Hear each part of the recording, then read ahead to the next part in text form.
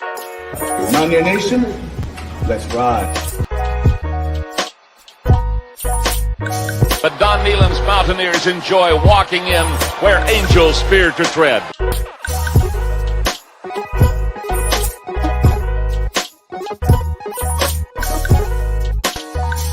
the hills of West Virginia resound with the sounds of Golden Blue football. Here is Harris in trouble. Stiff arms, the would-be tackler. Comes down over the 25 to 20. Goes around about at the 15 to 10 to 5. A touchdown, West Virginia. He did it.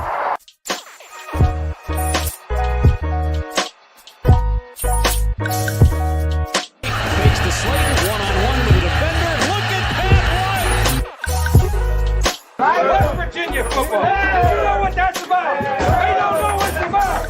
West Virginia football. Football, people. Let them know. Leave no doubt tonight. Leave no doubt tonight. No doubt. They shouldn't have played the old Golden Blue. It is a great night to be a Mountaineer wherever you may be.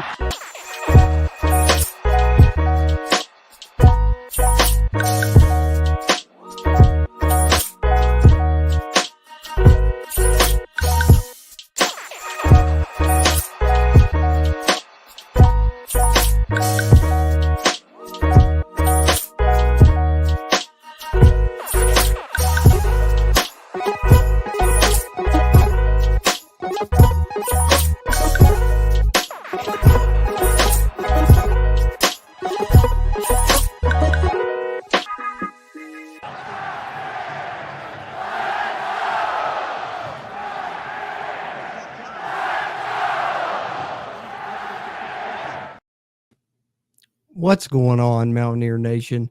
Welcome into another CRW live stream here on the Country Roads Webcast YouTube channel.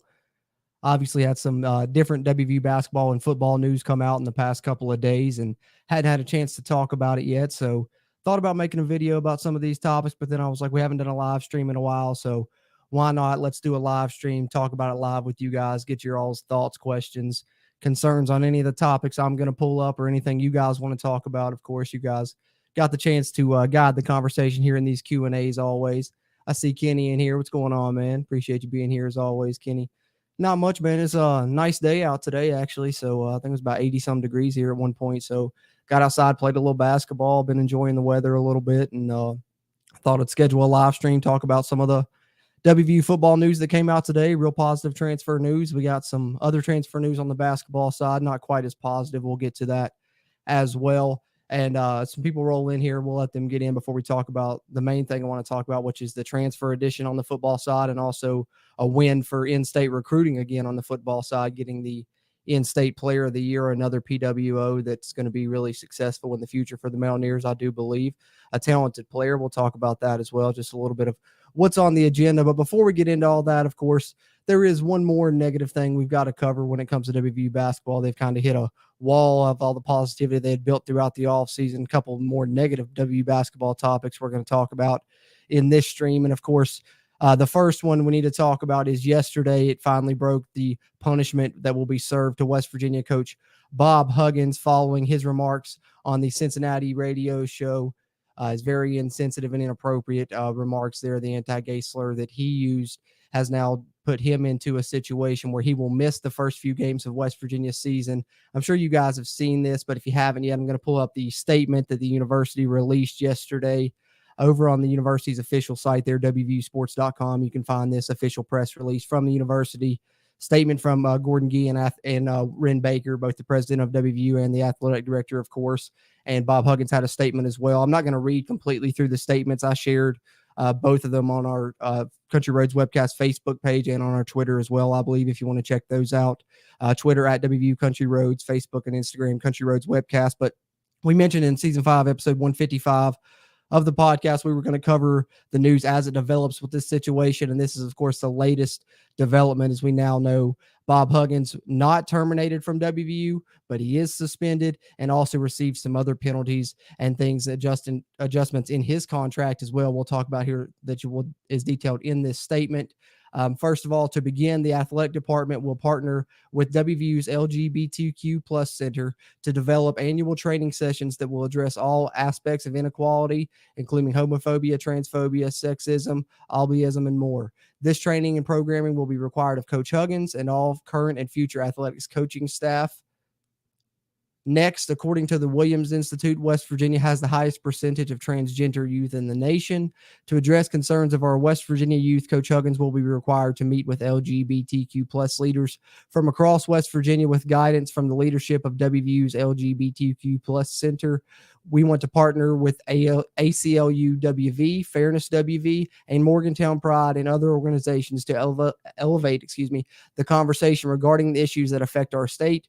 Through those conversations, we expect Coach Huggins, in accordance with those partners, to engage in additional opportunities to show support for the LGBTQ plus community. Coach Huggins also will be required to meet with the leadership from WVU's Caruth Center to better understand the mental health crisis facing our college students, particularly those in marginalized community. It is expected he will work with the center and the university to raise awareness on how we can best support our students' athletes' health and well-being. The annual compensation of Coach Huggins will be reduced by $1 million. These dollars will be used to directly support WVU's LGBTQ plus center, the Caruth Center, and other state and national organizations that support marginalized community. University leadership will seek input from these organizations to determine how to best utilize these funds. In addition, the following actions have been taken because of the incident. Coach Huggins, if you were wondering what the punishment was, part of it was what I just read there. Like I said, I'm not going to read the complete statements. I'm just going through the kind of consequences of the actions here now.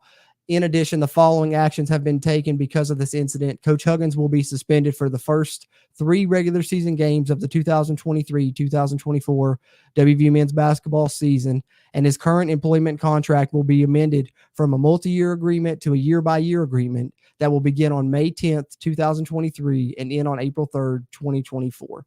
So quietly, they've also amended his contract to, I think he had a couple years left on it, if I'm not mistaken. But either way, his contract now ends April of 2024. So potentially this could be the last season for Bob Huggins at WVU now, pending them deciding to renew that or not prior to April 30th of next year now. And additionally, it says, we have made it explicitly clear to Coach Huggins that any incidents of similar derogatory and offensive language will result in immediate termination. So those are kind of the situation as it stands now. We know that he's suspended for the first 3 games. We know that his salary has been reduced by $1 million. And we know that his contract has now been changed from a multi-year agreement to now it's going to be year to year. And they're going to decide to keep Huggins or not on a yearly basis following this season, where we know he will be with the Mountaineers following that 3-game suspension. The other requirements, from what I can tell from reading this, is pretty much on Huggins to fulfill those on his own. And I'm sure that if he doesn't fulfill any of those requirements mentioned through the part I read in the first part of the article, that would be subject for termination, I'm guessing, as well. But definitely, hopefully Coach Huggins not only fulfills those, but attempts to go above and beyond as he should after that terrible incident. But we now know the consequences of it: 3-game suspension, $1 million salary reduction, and now a year-to-year contract, with this first year expiring on April 30th of next year. Come back here with you guys. Kenny says, I'm so happy he wasn't fired. Yeah, I think a lot of people sharing that sentiment with you, Kennedy. That seemed to be the majority, is that most people didn't want to see Bob Huggins fired. But like I said, hopefully he fulfills his part of this deal that he has to do here with these consequences that he's been served. And hopefully after the 3-game suspension, the team can come together and move on and have a successful year still yet with the pieces that we've put together. I think that'll mean that he'll be involved with that tournament down in Fort Myers. Might even be one of his first games back is that tournament down in Fort Myers. But we know he's out for the first 3 games, and definitely a big salary cut. And the most interesting thing to me was the contract change now going year to year. So his contract up now, in less than a year, April 30th. So we'll see what happens following this basketball season. I'm sure if it's successful, to hopefully try and renew for another year. But now we're just, we had talked about before how long would Bob Huggins be at WVU, and now we know it's definitely 100% on a year-to-year basis. It was detailed there in that statement. So that's very interesting outcome of all this that I didn't see that part coming, definitely. But we'll see how everything plays out down the road. Hopefully there'll be more positive news for the WVU basketball team in coming weeks. There's another negative thing that came out recently. I don't know if you guys have seen that one or not. I'll talk about that here momentarily as well. Let me see if I can pull that up. We're talking a little bit of transfer news. I want to talk about the positive transfer news for WVU. I was going to save this WVU basketball transfer news for later, but might as well get the negative out of the way, right, and move on with the positive.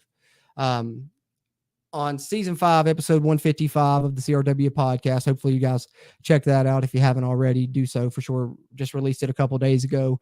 Video version here on YouTube, audio version, of course, on any podcast platform you like, Apple Podcasts, Google, Amazon Music, Spotify, or iHeartRadio. You name it, you can find it there. But we were talking about RJ Sunahara, who was scheduled to visit the Mountaineers May 10th through May 12th. And he's the National Player of the Year at the Division II level, really sought after highly since he entered the transfer portal. I believe he's one of the top 10 transfers remaining in the transfer portal. Thought West Virginia would have a good chance to maybe land him. His brother having played football for the Mountaineers as a long snapper. His father is also the volleyball coach at WVU, but it turns out they have agreed to cancel his visit. He's already visited, I believe, Georgia and Notre Dame. This article here, of course, from Ethan Bach over on WVSportsNow.com coming out in recent days. But like I said, yeah, Georgia and Notre Dame are the two programs that he has visited.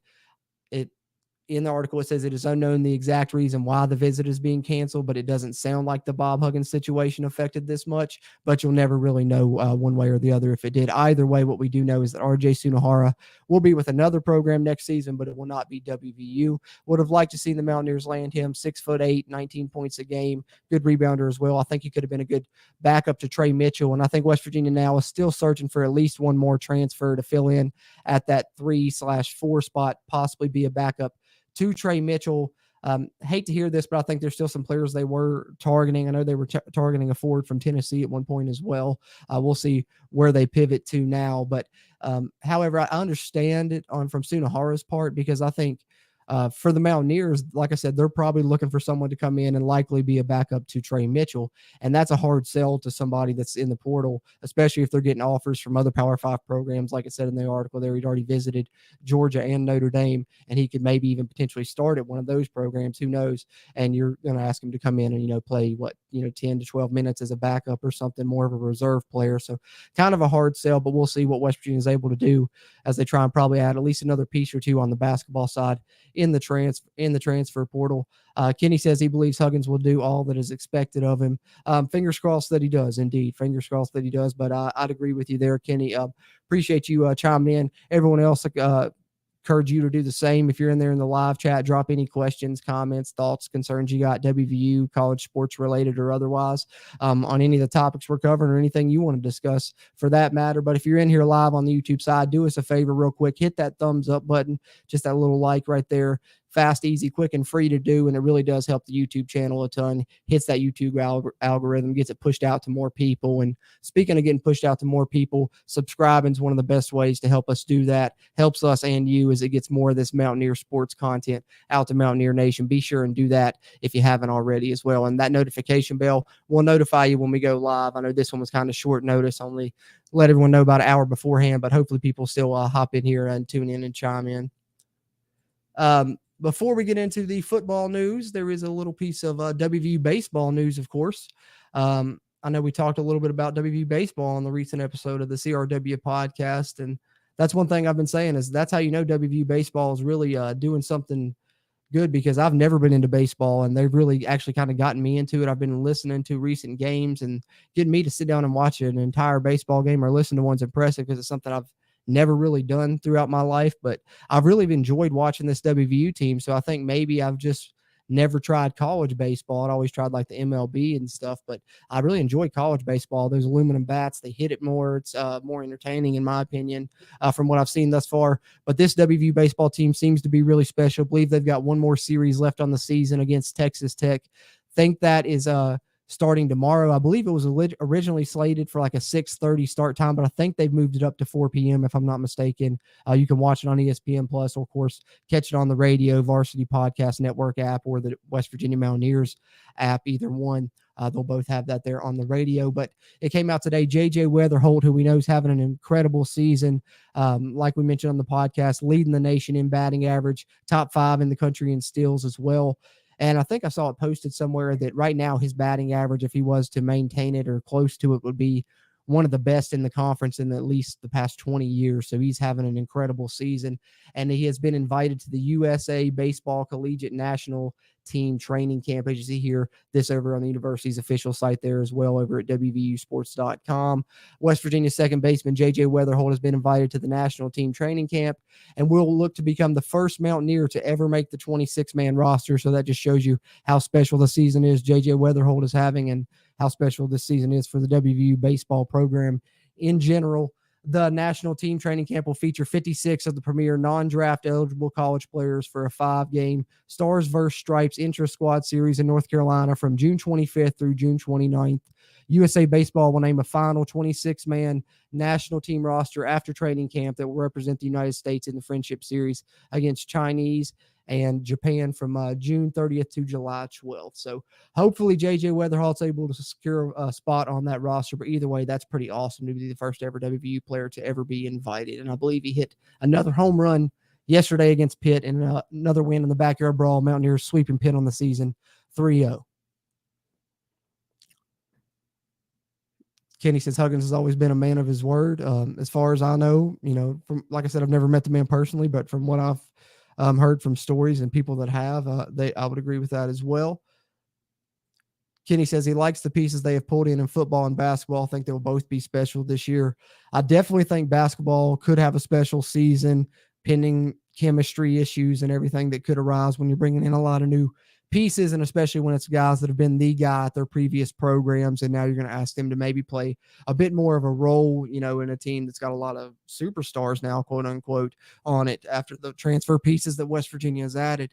Excuse me, we'll take a drink of my coffee. Football, though, a little more in question, but I am, quietly getting a little bit more optimistic about it.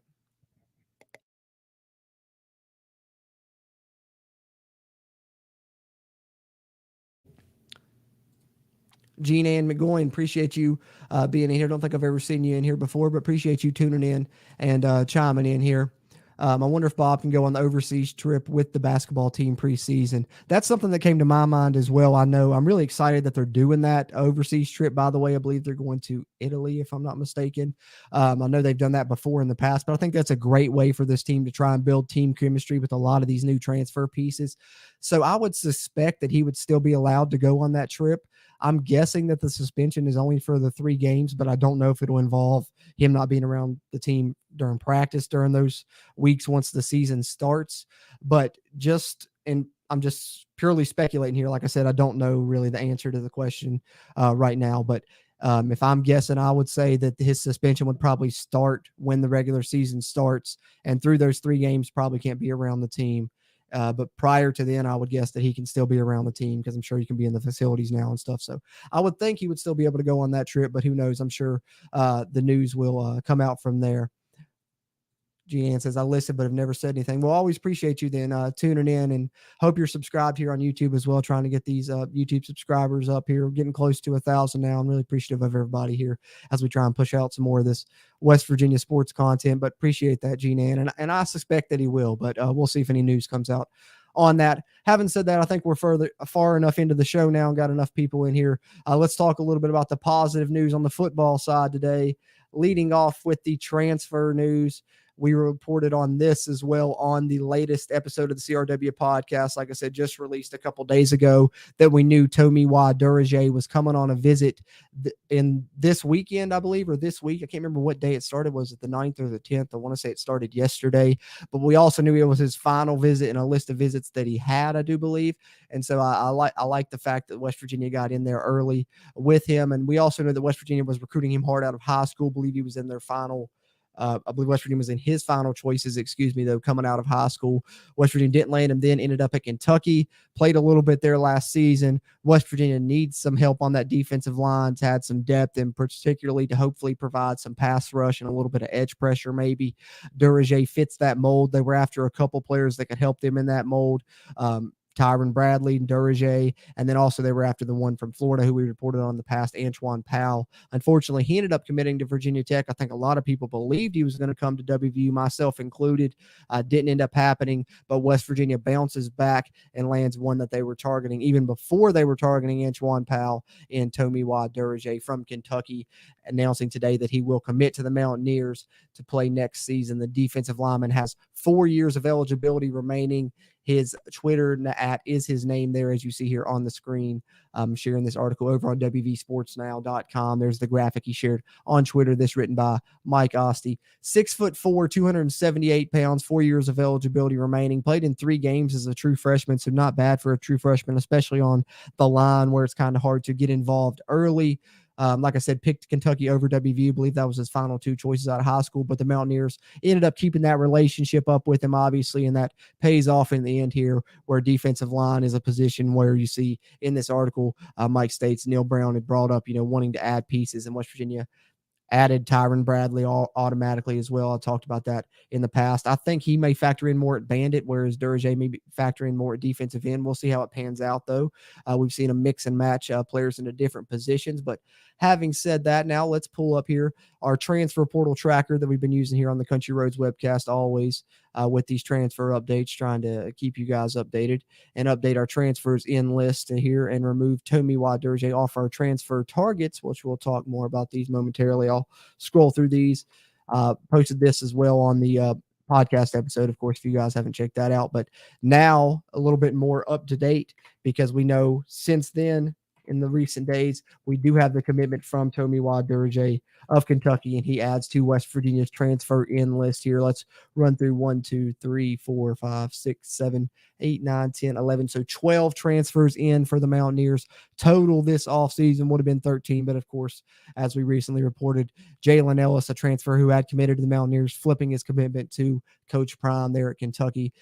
So 13 transfers in for the Mountaineers. The transfers outweighing the transfers in a little bit. I believe it's around 18, if I'm not mistaken. We can run through that too. 1, 2, 3, 4, 5, 6, 7, 8, 9, 10, 11, 12, 13, 14, 15, 16, 17. Yeah, 18 transfers out. But the one thing I will say is I think this offseason, the Mountaineer coaching staff has done a better job managing the transfer portal. Some of the pieces that left, I think, were kind of more of, all right, you're not fitting what we're kind of going to try and do. You're looking at guys like JT Daniels and maybe even a Goose Crowder in that situation. And then Mike O'Laughlin, I think, wanted to try his hand elsewhere. I think the biggest loss is this offseason in the transfer portal that have been, you could argue, the most detrimental are probably these two right here, Caden Prather and Jordan Jefferson. But the good thing is, especially in this latter portion of the transfer portal, because all of these names here were all in the early part of the transfer portal. Some of these, I think all of the first 4 were even towards the end of the season, the regular season last year. That's how far long ago those were.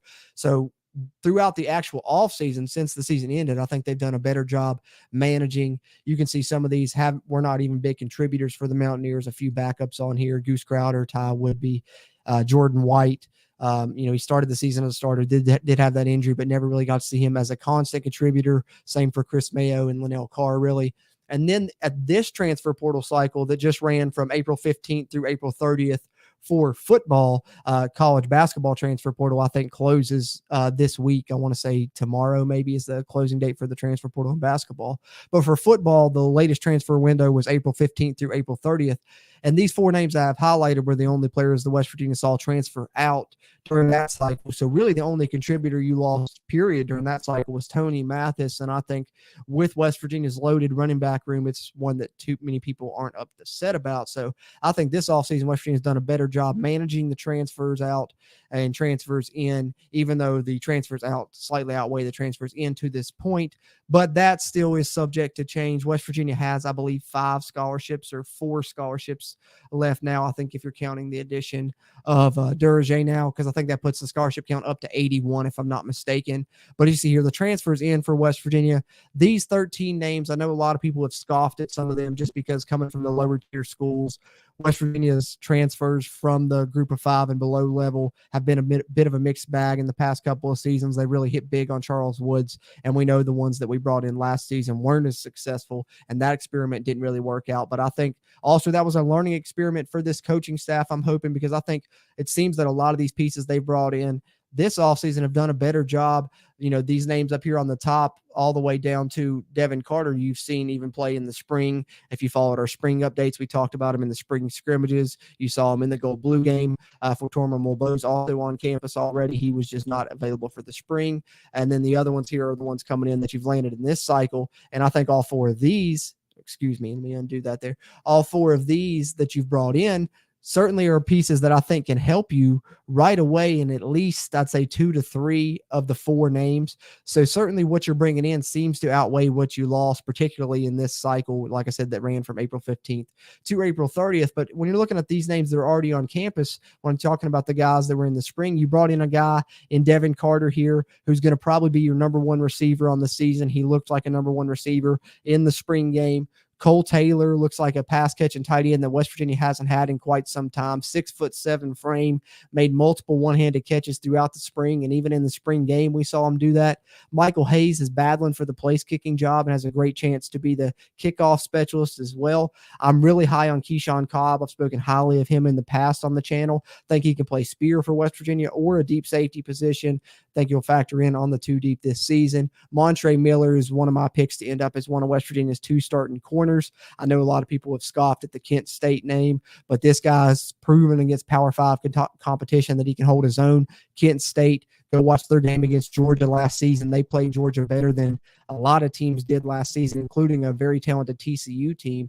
Kent State played Georgia better than they did, and Montre Miller has really held up well against the Power 5 competition he's faced. And he's a cornerback that's had high grades on PFF throughout his career. And the most impressive stat to me is Montre Miller's played over 800 snaps at the cornerback position, never had 1 pass interference penalty. Jashawn Polk's brought in to really primarily help the Mountaineers as a kick returner. I think you'll see him help the Mountaineers on special teams. Don't know about if he's going to be the punt returner yet, but I think you'll see him factor in as a kick returner role. And he's also going to be on the 2 deep in one of the slot positions as well. And this is probably the most underrated transfer that West Virginia brought in that's not being talked about, in my opinion. And that's Day Hawkins. You heard reports from people that were at the spring practices that he kept popping up in the run game, making plays. He's been doing great things in pass rush, and you saw him fight through the line a few times in the spring game as well.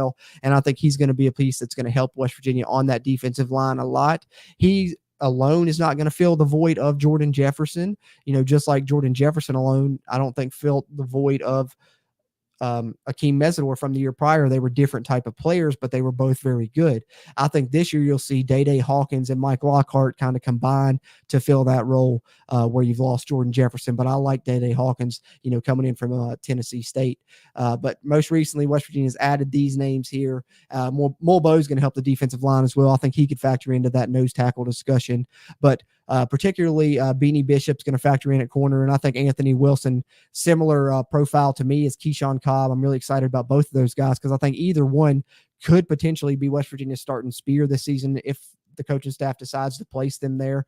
Both have shown great tackling ability in the past, but also great strength in coverage as a nickel corner, which we know that spear position is kind of played as, even though it's technically one of West Virginia's safeties. But Keyshawn Cobb actually been working at deep safety. We'll see what they do with Anthony Wilson. But Anthony Wilson, you know, I did a video with Mountaineer Paul talking about him prior to his commitment, and we talked about him before on a live stream here as well. Over 100 tackles, one of the most tackles by a defensive back at the FBS level last season. So I think he's going to help the Mountaineers a lot when it's something that they struggled with last season was open field tackling. So there's a transfer update now that we've added Tomiwa Durojaiye to the transfers in list. I will come back up here and pull up these transfer targets momentarily. Let me catch up with you guys in the comments real quick.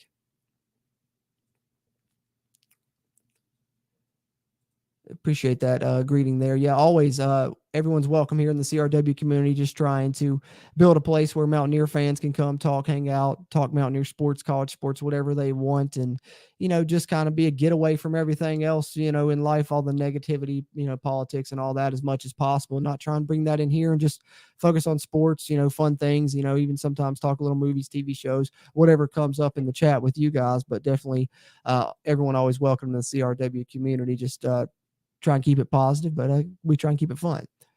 Silas says, let's go beat Penn State.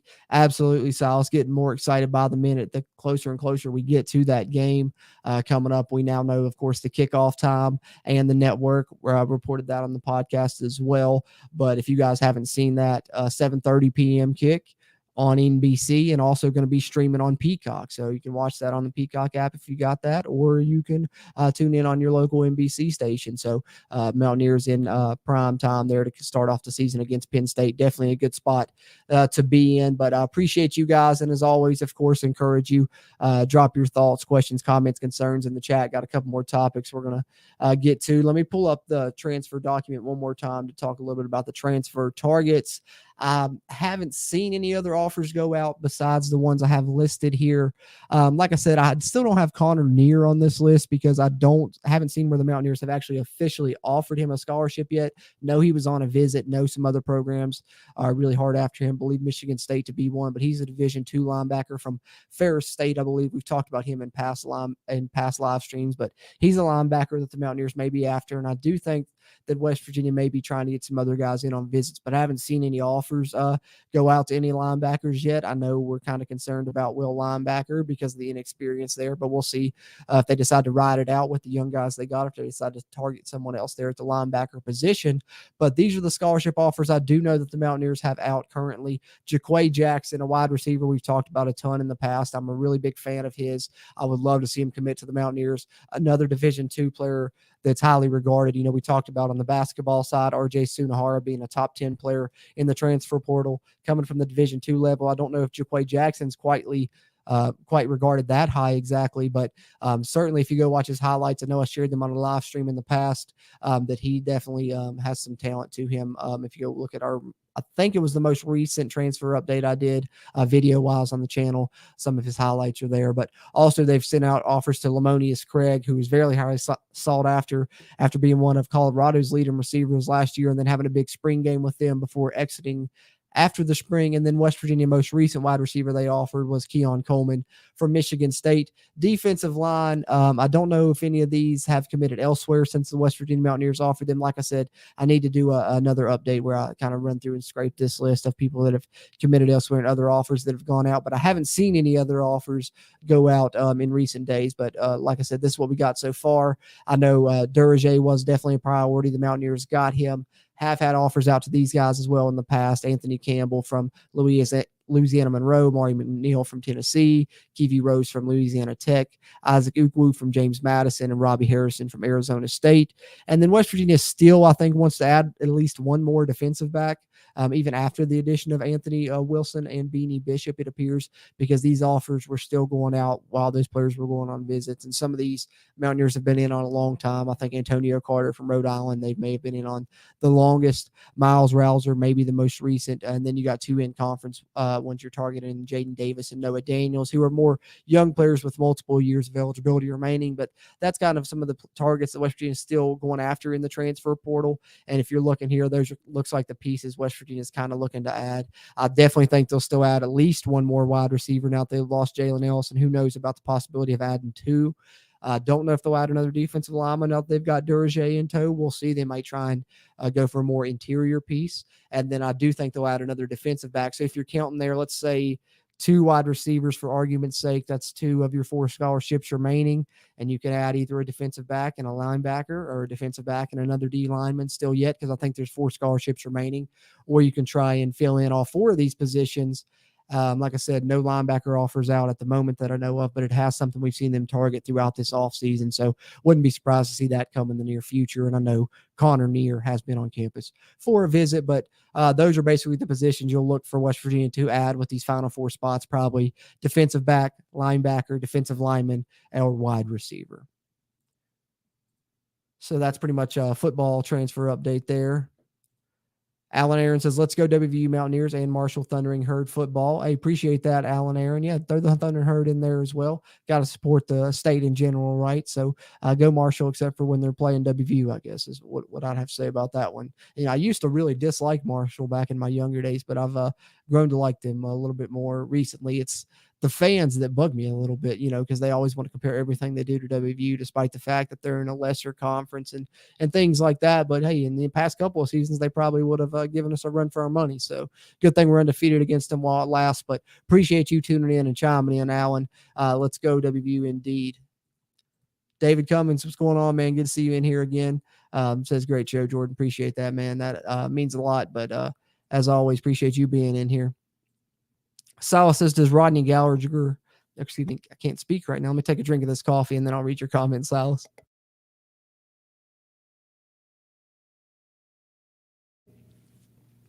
Silas, appreciate you as always. Know you're always loyal to tune in and chime in on here as well. But he says, does Rodney Gallagher join the team soon for summer workouts? Yeah, it should be, I would think, either end of this month or sometime in June probably would be when you'll see a lot of these recruits start rolling in, whether it be the transfers or the freshmen. But I'm going to continue to update the roster once they get here and get on campus and they're added to the university's official roster. I'll do a roster update video like I've been doing here throughout the offseason. Hopefully you guys have been following along on those as well. If not, there's a playlist on the channel. You can just go to the playlist tabs and should say WVU roster updates, and they're all dated with the day I update them. So if you want to go back to when I started them and see how the roster's developed all the way up to when we get to the final version in fall camp, you can do that, and I'll continue to update that as players are added, as the transfers come onto campus. I'll throw them on there as the freshman recruits officially get on here. I'll throw those on there as well. If we have enough time, I'll try and pull up the roster here at the end. I don't think anything's really changed though since spring, the last time I updated it. So if I don't get to it, like I said, there'll be another roster update coming soon. Let's say these transfers and freshmen will be in either later this month or June.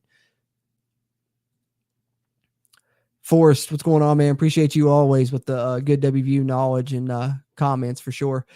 He says, I think they'll want to keep 2 scholarships to potentially give to walk-ons, maybe Hudson Clement. Not sure where they'll add. Nothing critical right now. Yeah, I definitely think that there are some preferred walk-ons that maybe could be in line for a scholarship. And actually, Forrest, you provide me a great segue to another topic that I wanted to bring up.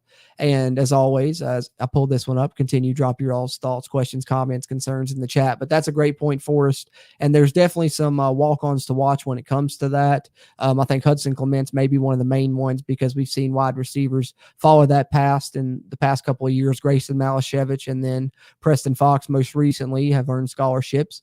And then I think some other guys as well. Luke Hamilton was a good ad for West Virginia. I think I've seen a ranking on Twitter where he was a top 20 fullback or top 15 fullback in the nation right now. And then they really like Colin McBee. And then some of the offensive linemen, Bryce Biggs, I think is the name of one of the ones that was on the second team there in the spring game. So there are some walk-ons that potentially could earn scholarships. Caden Bizer, I know, has been a contributor at Mike linebacker for a couple seasons. If I'm given a top 2 that I think would be most likely right now, it'd probably be Caden Bizer and Hudson Clement, as you mentioned, if they're looking to give a walk-on a scholarship. But we'll see how many transfers they add. If they're able to add, 2 or 3 transfers, they may throw a walk-on one of the final scholarships. But if they're able to add all 4, who knows what they'll do there. But speaking of walk-ons, West Virginia did have a great pickup here. I mentioned it briefly earlier. That's coming in as a PWO. This article, of course, over on WVSportsNow.com as well from Brad Rosemus. And we know, I think in the past it was Mountaineer Paul did a great video talking about Judah Price, in-state player of the year in West Virginia, Gatorade player of the year for the state of West Virginia. And it's just another instance of Neil Brown. I did a video when we got the commitment of Keyshawn Robinson for next year's class in 2024, talking about how Neil Brown has dominated in-state recruiting since he came to WVU. And, there's some things that we've talked about Neil Brown has promised, or what was promised, or what we were promised as fans with Neil Brown. Some of those haven't came to fruition. But one thing that Neil Brown promised that has come to fruition is he has done a good job with his in-state recruiting. In that video, go check that out on the commitment from Keyshawn Robinson. I go back through his every class since he came to WVU and go through the top players in state, and you can see him get a commitment from at least one of the top 2 every year since he's been here. And now this year, pulling another great pickup, adding Judah Price, the in-state player of the year, as a preferred walk-on. We know that West Virginia's running back room is loaded, but I think Judah Price is an extremely talented player that could carve out some carries in the future for the Mountaineers. And more importantly, this makes one of the best freshman running back classes I can remember at WVU in quite some time, when you're thinking about Jaheim White, who we just saw lead WVU in rushing in the spring game, 7 carries for 91 yards. Going to be an explosive freshman, bringing stuff to the table we haven't seen from the running back position, since the Noel Devine, Steve Slate, and Tavon Austin type of players. He's kind of that smaller frame, explosive home run hitter, running back that West Virginia hasn't had since those type of guys. And then you're bringing in another guy, DJ Oliver, who is a bigger body, almost akin to a CJ Donaldson type, but has good speed of his own. And then now you're adding Judah Price as well. So those 3 true freshmen are making up a really good freshman running back class for WVU that already has a loaded running back room, as we know, as the run is expected to be the focal point of the offense this season. But there you see the commitment graphic from Judah Price. He shared on Twitter, and there is his Twitter at Judah_Price, 100% committed, tagging Neil Brown, Chad Scott, and Tyler Allen, as well as WVU football in the recruiting.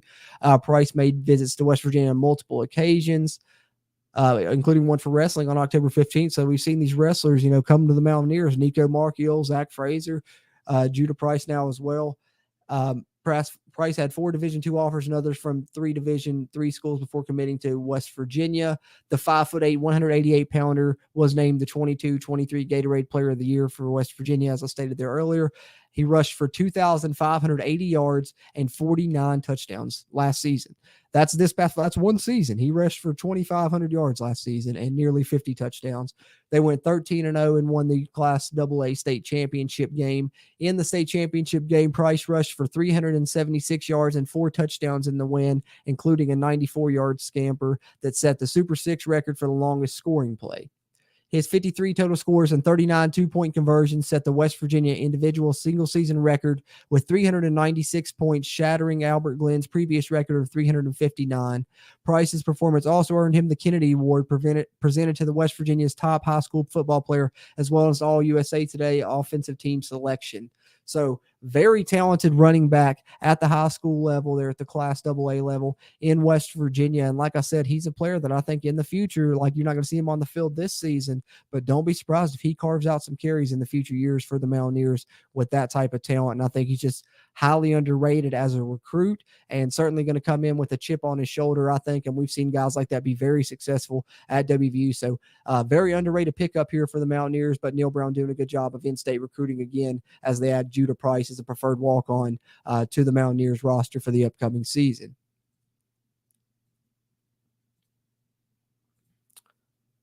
See what else we got in here. If I can catch up where I was at in the comments here.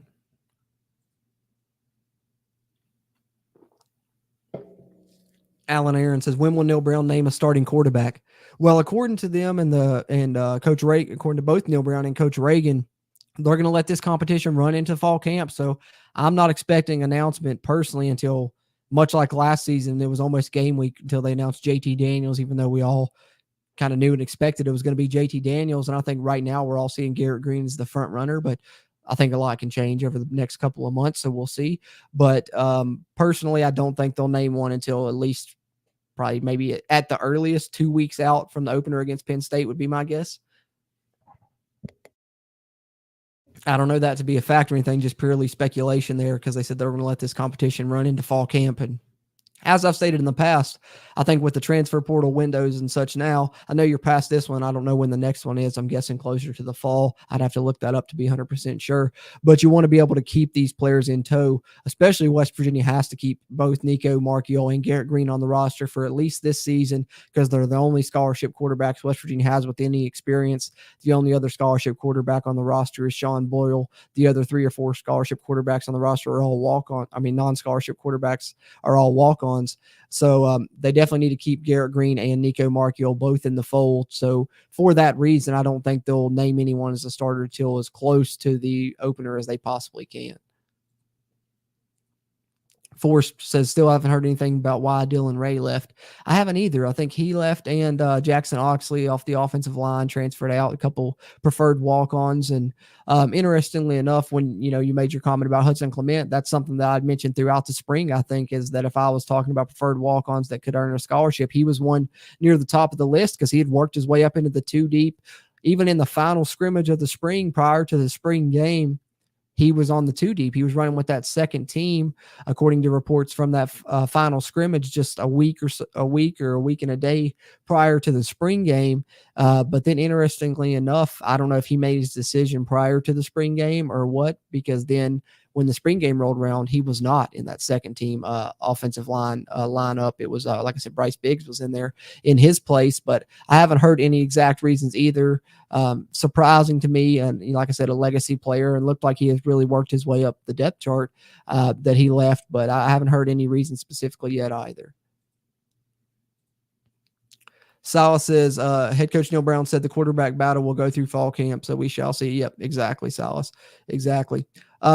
Got a couple other news topics briefly. We'll get out of here before too much longer. We won't run this one too late tonight, but appreciate you guys that have been here live. Like I said, one more time, if you are in here live on YouTube, drop a like on the video, hit that thumbs up button, really helps us a ton. Even if you're tuned in on the playback, still hitting that like will help us hit that YouTube algorithm and get this pushed out to more Mountaineer Nation, as will if you subscribe. It really will help the show grow as well, helps us and you, helps get more of this Mountaineer sports content out to Mountaineer Nation. But having said that, let me share last couple pieces of news I got, and we'll get up out of here before too much longer. But as always, encourage you guys, drop your questions, comments, concerns there in the chat as I pull up these final 2 news topics, and we get ready to wrap up another successful live stream here on the Country Roads webcast channel. But this one a little bit more not exactly WVU related, but TBT related. The Best Virginia squad, the West Virginia alumni squad, I've been playing in that tournament the past couple of seasons or so,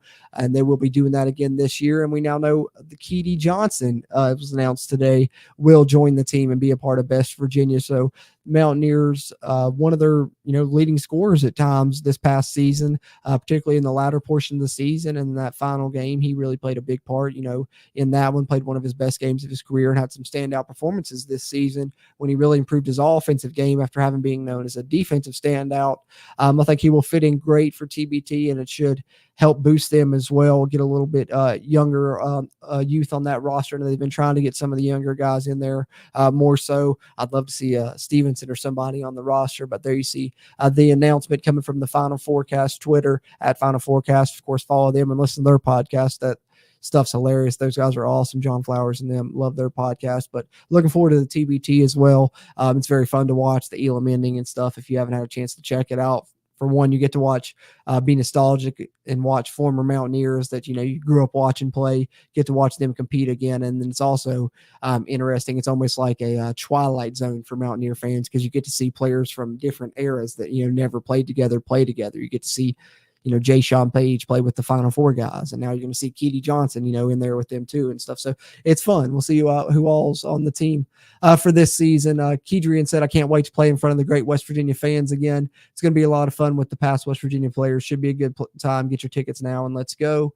Johnson joins Kevin Jones and Nathan Adrian, so only 3 players on the team thus far. I believe the tournament's in late July or so, if I'm not mistaken. Career high 27 points in the first round of the NCAA tournament. As I mentioned, probably his best game of his career was his final one there, and he really had a standout WVU career, particularly in his final season there. Keedy brings great energy to our team. Best Virginia head coach James Long said his last season at WVU was all about value. He greatly impacted every area of the game he was in. He was one of the best guards in the best league in the country. So there you are, James Long coming back as coach, and right now you have Kedrian Johnson, Kevin Jones, and Nathan Adrian on the roster so far as Best Virginia tries to build their TBT team this year, and I hope they make a deep run and maybe even win that thing this year. They deserve to, for sure. Forrest says, Ray, Oxley, and Beaver all disappeared about the same time, but only Oxley posted intent to enter transfer portal. Just wondering if leaving was their decision or they broke a rule. Yeah, very quiet exits on all those. And Beaver, I know that was the only one I caught was Beaver. I think Beaver may have been prior to the spring game, if I'm not 100%. I know it was, I think, the roster, not the latest roster updated it, but the one before that. I believe I had removed Beaver from the offensive line on that one, if I'm not mistaken. But I know for a fact I didn't see Ray and Oxley off the roster until after the spring game. And but all three, like you said, very quietly, no announcement really from the other two. Forrest says, new YouTube channel coming soon. WVU football going deep. Focus on deep analysis and why, not just what. I like that. I hope that you running that, Forrest, because like I said, you always do give great insight and on here, and I'm always real appreciative of your comments and stuff because they bring great discussion to the show for sure. Definitely think you got some great insights, of course, and appreciate your comments on the uploaded pre-recorded videos as well. They're always very insightful too. So if that's you running that channel, I'll definitely be checking that out, and hopefully everyone else does as well. But other than that, I just got a couple fun news topics about Mountaineers in the pros to close this thing out. But you guys, please drop your questions, comments, concerns, final thoughts you got, anything WVU sports related, college sports related, or whatever you got here. Close this one out in a few minutes here on the Country Roads webcast. But thought this was cool. West Virginia put this up with the NFL schedule being released tonight. I think that's actually coming out in about 10 minutes. I think it's supposed to officially come out about 8 p.m. But just a easy list here of all the Mountaineers currently in the NFL on rosters as we get ready to head into training camp. Like I said, some of these may be cut down. They may not make the final 53-man roster, but it's cool to know the Mountaineers that are currently in the NFL. I know I did a video on the channel reporting on the Mountaineers that have been drafted or signed, those being Dante Stills, of course, being the one drafted, and Sam James and Bryce Ford Wheaton being the two Mountaineers picking up undrafted free agency deals. But other than that, there are a handful of previous Mountaineers who are in the NFL, and wanted to run through this list as well. Yodny Kajust, of course, still in the league. Rasul Douglas, Tony Fields, BFW, Mark Glowinski, Will Greer, Sam James, David Long, Colton McKivitz, Adam Pankey, Kenny Robinson, David Seals, Geno Smith. How about Geno? Wrote him off, but he didn't write back. Dante Stills, Trevon Wesco, Kaiser White, and Daryl Worley. And then lastly, one more piece of news when it comes to a professional Mountaineer. And this one was kind of pertinent to me, not only because of the WVU connection, but I'm also a Carolina Panthers fan. So this is coming from the Panthers Wire website, actually. But Panthers invited an XFL wide receiver to minicamp, and it's Gary Jennings from the Battlehawks, as we know, coached by another former Mountaineer and Anthony Becht, and they had a pretty successful season, which I think Letty Brown's actually on one of the two teams playing for the XFL championship. I think that's this weekend, if I'm not mistaken, or it may have been last weekend. I'm going to be already past it, but either way, I know Letty Brown was on one of those two teams. But Gary Jennings had a pretty good season with the Battlehawks. I know the play that really went viral was the fake punt where he scored the long touchdown for the Battlehawks in the XFL playoffs, I believe, if I'm not mistaken. But he was also recently on an episode of Three Guys Before the Game where he talked, about that play, but also talked about his recent NFL opportunities and talked about how in both of his past two opportunities, he was, mere moments away from making the roster. He was on track to make the roster both times and got injured literally in the final, week that he could be injured, and ended up getting, not his chance to make those rosters, but felt like if he got another chance, he would definitely make the roster. And I'm excited that it's the Carolina Panthers giving him the camp invite to the mini camp, and we'll see how it pans out. The negative side of this, I can say as a Panthers fan, is we have a ton of wide receivers on the roster right now. But the bright side is Gary Jennings can play special teams. So who knows, maybe that'll factor him in there. But I know just by listening to his interview on Three Guys that he definitely seems determined, and he has a great mindset. So I'm pulling for him, and I certainly think he has a good chance to make the roster. But, one of the standout things he said was on that fake play, the speed he reached, because, they're able to track the miles per hour that players run now with those tracking devices they wear. But the speed that he reached in miles per hour on that play was not only the top speed in the XFL this past season, but would have been the top speed in the NFL last season as well. So he's definitely gotten a lot faster, it sounds like, since his time at West Virginia. And I think that's got to help his chances to make a roster when you got speed like that, and he has the ability to play special teams. So hopefully it turns out good for him with the Panthers. Jennings coincidentally has ties to Fitterer. That's the Carolina Panthers general manager who was in the front office for the Seahawks when they drafted the West Virginia University product in the 4th round of the 2019 draft. So that bodes well for Jennings' chances as well, I think.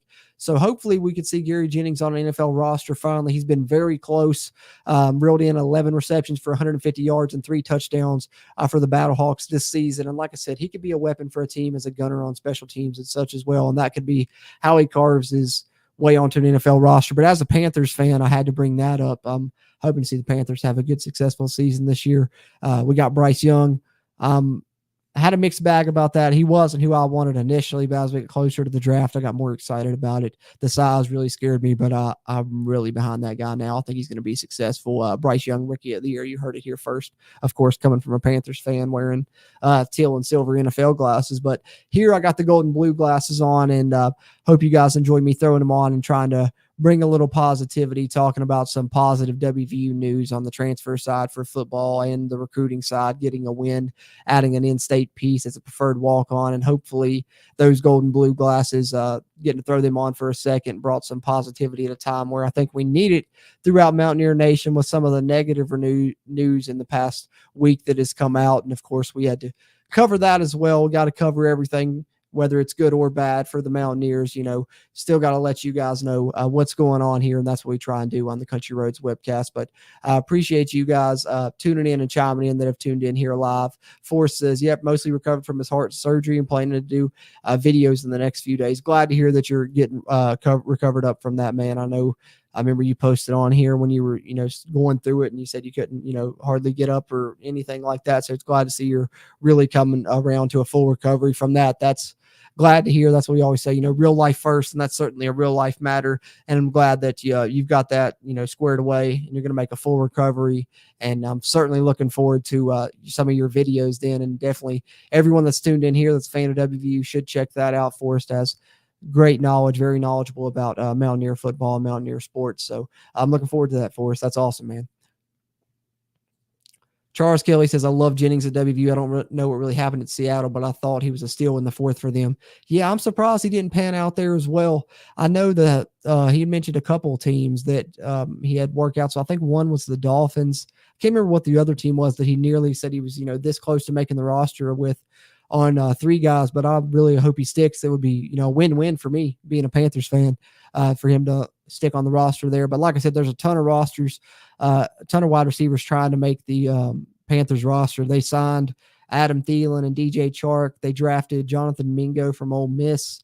They have Laviska Shenault and Shy Smith and Terrace Marshall from LSU. Now they've brought in Gary Jennings. I don't know if they signed any others as undrafted free agents off the top of my head. So it's going to be stiff competition because that's, 9 or 10 names competing for, 5 to 7 spots. So we'll see how it pans out. But I definitely think, like I said, Gary Jennings' mindset's certainly in the right place, and it seems like he's in a great place physically as well from all reports. So hopefully he's able to land on there. That'd be great. Kenny says, I believe I got a good feeling for Penn State primetime. We play hard in those situations. Hey, Kenny, fingers crossed, man. Fingers crossed.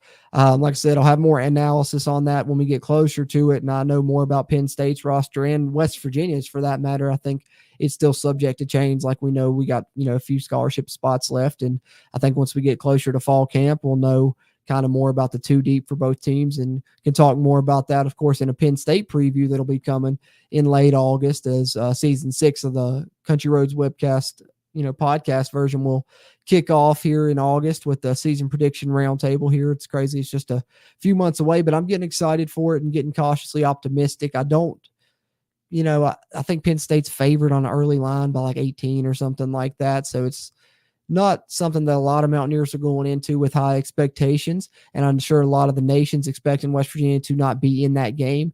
And like your comment says there, Kenny, it's something that West Virginia has thrived on those situations in the past. We know that the Mountaineers play great as underdogs, so that's certainly in their favor, as well as the fact that they're going to be bringing, a different offense probably than people have seen in recent years from West Virginia. And I think they have a great offensive line, great running back room. So we'll see how it pans out. Penn State's certainly going to come in as a top 10, probably nationally ranked team, and you're playing a night game in one of the biggest stadiums in college football in Happy Valley. Prime time, 7:30 kick, NBC and Peacock. So definitely a lot of things that West Virginia certainly shouldn't need motivation to get up for that game. Plenty of motivating factors. Also, that's not even throwing in the fact that it's the rivalry returning. Me, someone that was born in the early 90s, I've never gotten to see West Virginia play Penn State in football. So that's an excitement factor alone that should get the fan base and hopefully the players up for that game as well. So I hope West Virginia really comes out, shows out, plays with a chip on their shoulder, and shocks the nation. I definitely think it's something we've seen West Virginia do in the past. It's going to be a tall task to do it this time, especially with a lot of the inexperience that they're breaking in with some of the pieces on offense at the skill positions, thinking about wide receiver. But like I said, that offensive line and running back room is great. The quarterback and wide receiver room is going to be the question mark, but I like a lot of the transfers that we've brought in, as I discussed earlier. So, we'll see. We'll see. Stranger things have happened, Kenny, and I think if West Virginia goes in there and gives Penn State a hell of a game, then that's all we can ask for as Mountaineer fans to kick off this season. But when we're hoping to turn things around, but I'm hoping for a shock the nation type of season too, Kenny. I mean, Mountaineer Nation needs it. Neil Brown certainly needs it on the hot seat as much as he is heading into this season. So we'll see what happens. We'll throw all our cards on the table for that first game against Penn State and hope it goes our way as Mountaineer fans. But Charles says, I'd like to see us make a push for Zachary Franklin. I don't know who that is right now off the top of my head. Let me look that up, that name, Zachary Franklin, real quick. I won't keep you guys too much longer, but I appreciate you guys tuning in and chiming in, adding to a little bit to the discussion here.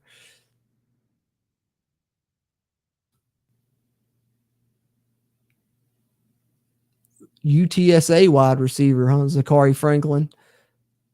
Nice. Let's see. News. Let's see if he's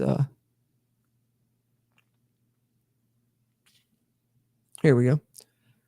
See if I can pull this one up. I know we are after some receivers. Jaquay Jackson, the Division II one's one of my favorites that we're after. Zachary Franklin, Roadrunners all-time leader in catches, receiving yards, and receiving TDs. Sign me up. I need to see no more. That's awesome. Entered the transfer portal recently. What's the date on this? April 28th. So just a couple weeks ago. Recently in. I haven't seen where West Virginia's offered him, but hopefully they've made contact. I think that's kind of one of the big things when it comes to transfers is you got to get in early to have a chance at them. But hopefully West Virginia does go after him. I think, with those type of stats, why wouldn't you when you're a team looking to add another wide receiver or two like the Mountaineers are? So would like to see that. I know Keon Coleman is the most recent offer that I've seen out at wide receiver, if I'm not mistaken, the one from the Big Ten there. So definitely look for another wide receiver or two addition, but appreciate you throwing that in there, Charles Kelly, about Zachary Franklin. Definitely, yeah, sign me up. I'm all for the Mountaineers going after him. Hopefully they do so, but whatever transfers they do go after, we will continue to update here on the Country Roads webcast, as well as other news updates as we did here in this live stream, and we'll try and do some more of these as the offseason progresses, some more live streams where you guys can have a chance to jump in here with a little Q&A and comment along with us. Always enjoy those, but also we'll be releasing more episodes of the CRW podcast, episode 156, coming here in the next couple of weeks probably, and also currently updating the roster, of course, as we mentioned earlier, as players continue to roll in here in the next couple of months throughout May and June, and West Virginia builds that final roster, whether adding transfers or, roster updates or transfer updates, either one, you can find them on the Country Roads webcast channel. So be sure and subscribe to us here on YouTube for those pre-recorded videos, or to join these live streams here and hop in the chat. Be sure and you have that, not only that subscription button clicked, but the bell clicked as well. That'll notify you when we do go live, and you can hop in here in the chat. But if you didn't get a chance to hop in the chat and talk with us, drop your thoughts in the comments. We appreciate that interaction as well, and I'll respond in text form. But whether you're live or on a playback, hit that like button before you head out. We'll wrap this one up here on the Country Roads webcast. Looking forward to the next one with you guys, and looking forward to covering how both the West Virginia basketball roster shapes up and the West Virginia football roster shapes up, and any news that pops up there in between. And we'll continue to try and throw in bits and pieces on WVU's baseball's historic season here as well, because I think it definitely deserves its due with how great this team is. Number one team in the Big 12, got a great chance to finish as regular season champions. So either way, there's going to be plenty of Mountaineer sports coming one from us here at the Country Roads webcast. And we hope you guys continue to tune in and, of course, chime in these live stream situations like we had here today. But appreciate you tuning into the pre-recorded stuff as well. And, of course, tuning into the podcast, whether it's here on YouTube or on the audio side, which you can find on any podcast platform. But really enjoyed this live stream with you guys. Kenny says it best here, and I'll close it out the same way. Looking forward to the next one. But as always, I'm Jordan Cruz, and until next time, let's go Mountaineers.